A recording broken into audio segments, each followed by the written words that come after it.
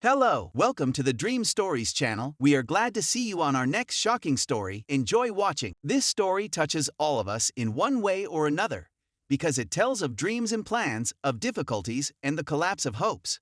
But it will also tell us how real people cope with life situations. Where do they draw strength? And what keeps them from dropping their arms? Pasha grew up in an orphanage, where he was placed by the Child Welfare Services after his mother was deprived of her parental rights. He didn't really like to talk about it, but he always remembered the constant, unrelenting feeling of hunger as a child. All the food went to his drinking parents and their friends for snacks.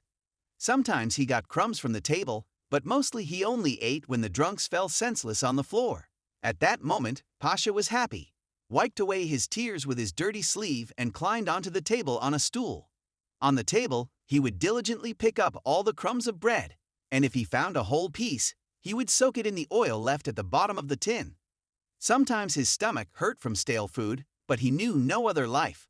The little boy had no idea that at this time other children were walking in the parks with their parents or waiting for sweets from the hands of their beloved grandmothers. Pasha grew up in four walls and everyone he saw were drunks. He remembered well the day his father didn't wake up one day. The boy could hear his drinking buddies talking and his mother screaming with grief. Something about the vodka going bad, something about the body not being able to take it. Then Pasha remembered how some men in suits arrived, how the drunken mother screamed that she would not give up her son, that she could not live without him. Pasha was also crying, because strangers were taking him away from his mother. It was a woman and two stout men in uniform. The woman pursed her lips all the time, looking at her dirty son, at the pile of rags in the corner where he slept, and cried when she gave Pasha a sandwich, and he pounced on the food like a wild animal. But still the boy cried, saying goodbye to his mother. And then, there was the orphanage and Pasha realized that he had come to a very good place.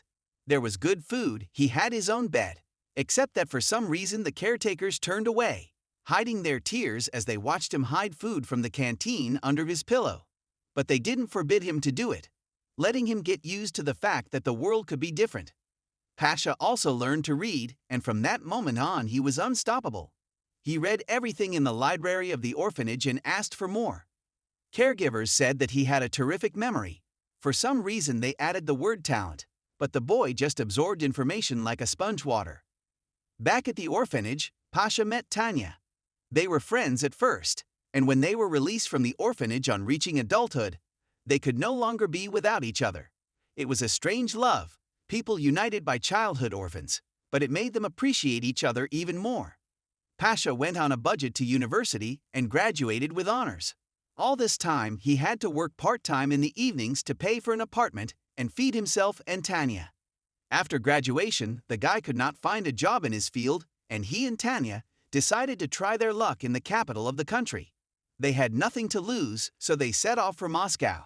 All the way on the train, the young couple was smiling and whispering about how they would achieve everything and get rich, and one day they would return to their city rich and stop by the orphanage for sure. Tanya laughed and hugged Pasha, and he hugged her back, not hiding a smile of hope. Moscow greeted with unfriendly rain and the gray, gloomy faces of the local population. Pasha looked at Tanyusha, squeezed her hand tighter, and confidently stepped towards the subway. They managed to rent a room through an advertisement. Tanyusha got a job as a waitress in a cafe nearby, and Pasha went to conquer the firms to offer his services. But as it turned out, his genius, higher education, and analytical mind were not uncommon in Moscow, and he kept getting rejection after rejection. Our hero was desperate. He thought his red diploma would open the door to any firm, but as it turned out not. Every day Pasha went out in search of his destiny, and each time he returned wilted to their room. Tanyusha met him, supported him as best she could. "Pasha, don't worry, everything will be all right," she said, stroking his head. "Tanyusha," asked Pasha sadly, "why is life so complicated? Haven't we suffered enough with you?" "Pasha," Tanya reassured him, "cheer up, I'm working. We still have enough, and you'll find something to do with your bright mind. You're a genius with a first-class degree." "Hey, Tanyushka," sighed Pashka, and cradled the dearest person in the whole world. Out of despair, Pasha even tried to go to a construction site, but even there he was rejected. since his physique was not distinguished by outstanding physical features. "We don't need squishy people," the foreman barked at the young man, closing the door of the workhouse right in front of his nose. Returning home in a depressed state, our hero noticed an ad on the door of a beautiful and very cool business center, "Janitor Wanted." For Pasha, this sign was like a verdict, but he could no longer watch Tanyushka alone pulling their entire budget. He swung the doors open and headed for the reception desk. "Hello," Pasha said quietly. "May I ask, do you still need cleaners?" A beautiful, slim, long-haired girl looked intently at Pasha and said politely, "Good afternoon, sit down, I'll call the chief, would you like some coffee?" These were the first kind words that Pasha heard in Moscow, and for some reason he wanted to cry. But he pulled himself together and answered, "Thank you, but I'd like to know about work." The girl smiled and said into the phone that there was a guy for the position of a janitor. Pasha looked around at the expensive lobby, the many halls, the well-dressed people who were smiling and happy. He thought they were probably doing well, since they were working here. And he so wanted him to be as successful, to make his Tanyusha proud of him. "Young man," a beautiful girl called him. "Please come into the office." "Thank you," politely answered Pasha. "You are very kind." "Come in if you want coffee," smiled the girl. "My name is Katya." "And my name is Pasha." Pavel timidly opened the door of the office. It was a bright room with floor-to-ceiling windows and an expensive interior. At the head of the table sat the chief and two other men. All looked at the guy with undisguised squeamishness. "Are you ready to get to work?" The chief grinned. "Yes," Pasha answered timidly. "And what do you know?" asked another man. "Or did you study to be a janitor?" All three laughed out loud. Pasha immediately blushed to the roots of his hair. He had not expected such an acquaintance, but controlled himself. "I graduated from the university with honors and have a phenomenal memory and analytical mind," said Pasha proudly. "Well, then remember where the mop and broom," loudly laughed the director of the place with two men. Then Katya came and took Pasha into the back room where all the cleaning supplies were kept. "Pasha, do not pay any attention to him," said the girl. "The director is complicated, but if you do not take it personally, the work is like work." "Thanks for your support, Katya," said Pasha, and looked at the brooms and mops. Pavel was assigned to the second floor, given a uniform, and instructed. As it turned out, there were a lot of cleaners, as their business center was large. Pasha felt a little better when he saw guys just like him. For some reason girls were not hired as cleaners. Maybe they couldn't handle the workload, or maybe to avoid being sued for harassment lawsuits at work. Pasha took the job. At first, he could hardly keep from quitting. Office workers only outwardly appeared to be nice people, but most of them turned out to be tactless people, spoiled with money and a good, quiet life. They made fun of all the lower-level employees, teasing them, knowing that they would get nothing for it. This attitude wore Pavel down the most, but he could no longer afford to be a burden on his Tanyusha. They even rented an apartment, which they could not afford yet, but they really wanted to live separately. The apartment was unrepaired, but the young people were able to create a semblance of coziness. Now, Pasha was waiting for the end of his shift so that he could return home as soon as possible, where he and Tanya indulged in dreams of the future. But the morning came and Pasha, with his head down, went to clean the premises again. "Hey, genius!" The boss laughed, deliberately spilling coffee on the floor. "Hey, Einstein! Hey, Einstein!" shouted the boss, dropping cigarette butts from the ashtray onto the carpet. "Don't forget to vacuum thoroughly, and you missed it again." The janitor could hear him laughing all the time, but he tolerated it because it was for his sake. His only comfort at work was a pretty girl, Katya, who treated Pasha very well from day one. She made him coffee before he started work, and Pasha was very grateful for her support. After a month of work as a janitor, our hero applied to the personnel department for a transfer to the economists. Fortunately, his education allowed it, but his boss kept telling him he would consider the position later. But Pasha did not give up, and once a month, he wrote an application for transfer to a higher position. But the trials did not end there. One day the phone rang and a man's voice told Pavel that Tanya was in the hospital. The car hit the girl and fled the scene of the accident. A fractured hip. Surgery. Pasha took out a loan from the bank to pay for the treatment and asked to add another floor at work for cleaning. After all, he now had to work for two. Tanya lay at home, and Pasha worked as a janitor from morning till night. But deep in his heart, he was glad that he was working even hard, as he felt like a man who takes care of his girlfriend. One day, Pavel stayed out late and unwittingly witnessed a conversation between the board of directors who had come from all over Moscow.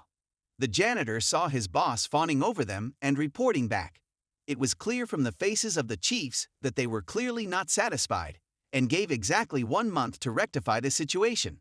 When everyone had gone, Pasha knocked on the office of his boss, red with embarrassment and from the received scolding of higher-level directors. "What did you want? If you've cleaned the territory, go home." "Look," started timidly Paul, "I am familiar with the financial component of such business structures and I can offer my services." "Are you crazy?" laughed the director. "You're a janitor. Or do you think we're just sitting here? We all have higher educations, so get lost, you smartass." But Pasha has already learned not to pay attention to the eternally disgruntled chief. During the day, he was diligently sweeping and scrubbing offices, and at night, he was working on a rationalization proposal that would help solve the problem, as he thought. The more so that his education and knowledge allowed him to see the whole picture, and he sat up every night at the charts and calculations until his eyes were glaring. In the morning, he went to work, and in the evenings he went back to his calculations. "You look radiant when you work with analytics," laughed Tanyusha. "It is obvious that this is your vocation." "You bet it is," smiled Pasha. "I like it myself. Will your boss appreciate it?" Tanya frowned. "I have no idea," Pasha grimaced, "but it's worth a try." Pash suddenly became sad. Tanya, the owner of the apartment, called, demanding money for 6 months in advance. Everything fell down inside Paul for a moment, but he looked into the eyes of his beloved and smiled and said, "Tanya, we'll think of something." Finally, a month passed, and tomorrow was to come the day when the next board meeting was scheduled. Pasha came to work and immediately felt the tension. Everyone in the department was running around like crazy, and the director was indignant. "Hi," Katyasha said hello to Pasha. "It's too hot in here." "Oh, Pasha, it's too hot here. Tomorrow is the board meeting, and in our center, as you see, everything is depressing."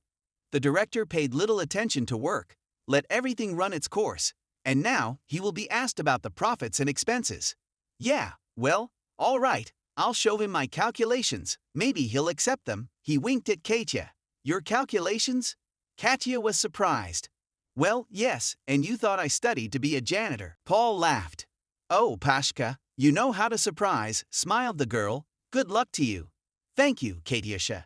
You've been very kind to me from the first day." "May I?" the janitor asked through the gap in the door of the director's office. "What more do you want?" The director rolled his eyes. "Go and do something. Clean the windows. The board of directors is meeting tomorrow, and we have dirt everywhere. Here, look." Handed Pasha a folder with papers, the work of his sleepless nights. "Here is my vision of the way out of the current situation in your business center. Are you an idiot? We have dozens of smart people working on the problem, and you come in here with a mop and offer your own solution. Get out of here before I throw you out the door." The boss grabbed the file and angrily threw it in the trash. Pasha was crushed. So much for the capital, the place where dreams come true. But as it turned out, everyone here was being ground into a gray mass, killing hopes and destroying roads to dreams. He took the mop in his hands, firmly deciding that he would work as a janitor until Tanya was on her feet, and then he would go on to seek his fortune in other companies. He looked at Katya, who made a sad understanding face, and then began his duties. The next morning, the janitor came in early to quickly clean up the boss's office, and saw a folder with his work in the trash. Without knowing why, Pavel grabbed it and quickly put it on the table, where the folders for the board members were already laid out. Whatever happens, he decided, they would fire him. Toward lunchtime, expensive cars began to drive up to the business center, with respectable people getting out and disappearing one by one into the boss's office. Pashka froze at the far end of the lobby, watching the board members' discussions through the clear glass windows. He could see that his boss was visibly nervous. Here they took the folders and delved deeper into studying the report provided by the Business Center's Analysts and Economists Department. Pashka's heart began to pound. One of the board members took his folder and frowned. The guy couldn't hear the voices, but he saw the man point to the folder and ask the boss something. The man blushed as he recognized his janitor's folder and began to answer something. You could see on his face that he was pointing out that this was a mistake and that he was apologizing. But after a moment the boss froze, mumbling something into the phone. Pasha saw Katya appear in the lobby and head in his direction. "Pasha," said Katya frightenedly, "you are urgently called to the office. What have you done? You're just a janitor. But there's no way that 2 deaths can't happen, so I'm off. If anything, goodbye, in case they fire me." Pasha opened the door of the office and stood still. 12 members of the board and the boss, red with anger, were looking at him. "What do you think you're doing?" said the boss, slipping files on the table in secret. "Quiet." The one who took the folder first yelled, "No wonder a boss like you almost bankrupted our branch if you didn't even bother to study what's written in this folder. Tell me, please, is this your work?" the man asked, turning to Pavel. "Yes, it is," answered Pavel, turning pale before his eyes. The man stood up, slowly approached him, looked him in the eye and held out his hand. Pasha held out his own as if in a dream. "My name is Igor Petrovich," said the man in a thick bass, "and I am impressed by your report. Why do you work as a janitor? I can't believe it, because what you have written requires enormous knowledge." "I have it," Pasha answered modestly, "and from day one I talked about my strengths, but in vain. At the orphanage they called me a genius, just like at university." "At the orphanage? At the university?" Igor Petrovich opened his eyes wide. "Yes, I am an orphan," Pasha answered, looking into the man's eyes. Igor Petrovich visibly tensed. It was felt that he had the most weighty voice here, because everyone was looking at Pasha, and at him with interest. "You're fired," said Igor Petrovich to Pavel's boss. "We will appoint a suitable person to take his place, and I am officially appointing Pavel head of the analytical department. I'm sure everyone will support me after getting acquainted with his work. Congratulations, Pavel." Addressed Igor Petrovich to the dazed Pavel. "I will personally make sure that you are provided with everything you need as soon as possible. Where do you live?" "I rent an apartment with my girlfriend," said Pavel. "The company has apartments for valuable employees. Today, take the company car and have them help you move your things. Of course, you do not need to pay for the apartment. You can start work soon." "Yes, even tomorrow," Pasha almost shouted. "No, take a couple of days to get your strength back. There's a lot of work to be done. In this branch we'll have to pull up a lot. Do you have any requests or wishes to get to work? You've already given me more than I bargained for, but if I may, I need a personal secretary at a higher salary, and I'd like to ask Katya, who works downstairs at the reception desk, for that position. It's thanks to people like her that you have faith in the goodness of people, and she's a true professional." "No problem," nodded Igor Petrovich. "When you take up your duties, she will already be waiting for you in the next office to yours." Igor Petrovich warmly shook Pavel's hand and apologetically returned to the council members. Pasha left the office and slowly wandered through the hall. It seemed to him that he was asleep and dreaming. "Pasha!" Katya shouted. "Well, what was it? Why were you summoned? You don't have a face on you." "Katya," said Pasha. "Thank you for everything. You're a very good person. Were you fired after all?" Katya frowned. "No, it's okay," Pasha said with a smile. "They gave me a few days' leave. I'll tell you everything when I come back." "Only by all means," said Katya. "I'm going crazy with curiosity." Pasha went outside and looked up to the sky. The sun was shining, a breeze was ruffling his hair. He decided to walk all the way home. On the way, he raked out his last money from his pocket and bought a bunch of flowers. Pasha opened the door of the apartment with his key, which smelled of fragrant pancakes. "Pashka!" He heard the voice of his beloved girl. "Come in, I'll be right there, my hands are in flour." He heard her fidgeting in the kitchen as she picked up her crutches and started jumping up to meet him. This girl always supported him in everything, and his heart overflowed with gratitude and love. "Are you all right?" Tanyusha asked, seeing his dazed expression. "Why are you so early, and what are the flowers?" "It's for you, Tanya." He fell silent, there were tears in his eyes. Then he smiled, hugged his girlfriend, and said, "Will you marry me? Thank you for your watching. See you next time."